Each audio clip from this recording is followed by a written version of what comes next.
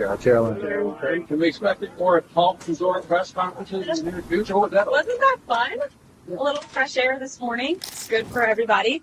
You heard from the president earlier. You'll hear from him again at 5 o'clock. As you all know, he's signing executive orders. There will be 7 executive orders by my count focused on education. Secretary Linda McMahon will be here in the Oval Office as well. I won't get ahead of them, but we'll see you all there, and the president will take some questions, but I'll take some now, too. Caroline, what have these huge tariffs on China accomplished?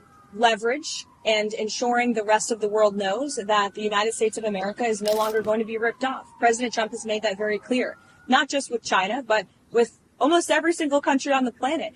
There have been hundreds of countries now that have reached out to the United States, to the Trump administration, to make deals. As I said yesterday, there were 18 proposals on paper that have been presented to our trade team, and we're negotiating on behalf of the American worker. And no other president has taken on such an endeavor. Many have talked about it. Many on both sides of the aisle have pledged to do what's right for the American worker and our manufacturing industry. But this is the first president to actually use the leverage of the United States to bring people to the table. It actually worked because China hasn't made any concessions at all. Have some patience and you will see.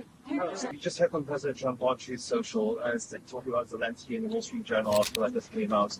Has the U.S. asked Ukraine to give up Crimea as part of this negotiation for peace?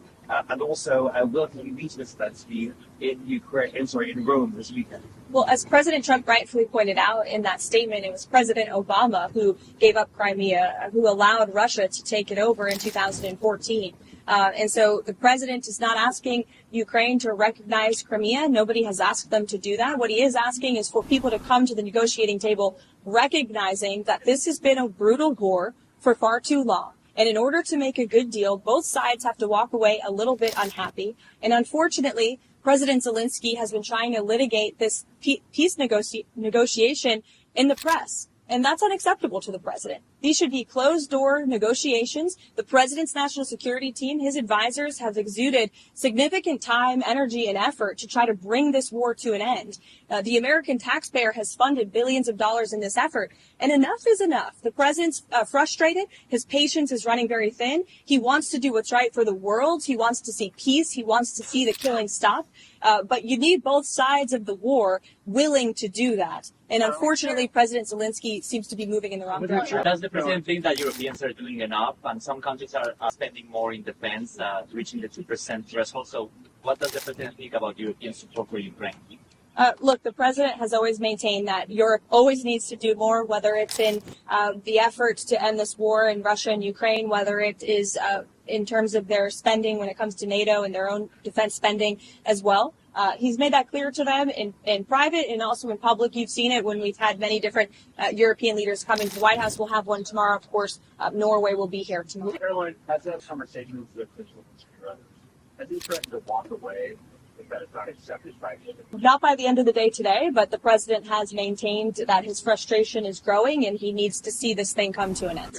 Caroline, can I ask you, will President Trump and President Putin meet in Saudi Arabia next month? Is that the plan? I'm not tracking a meeting at this time, but as always, we'll keep you updated. I did announce the dates of the foreign trip yesterday. On this morning, can you talk about the motivation behind the significance of President moves to install massive American flags here at the White House out of the Parliament? I'm sorry? Can you talk about the motivation behind as well as the significance of the president's move to install massive American flags? Oh, the flags.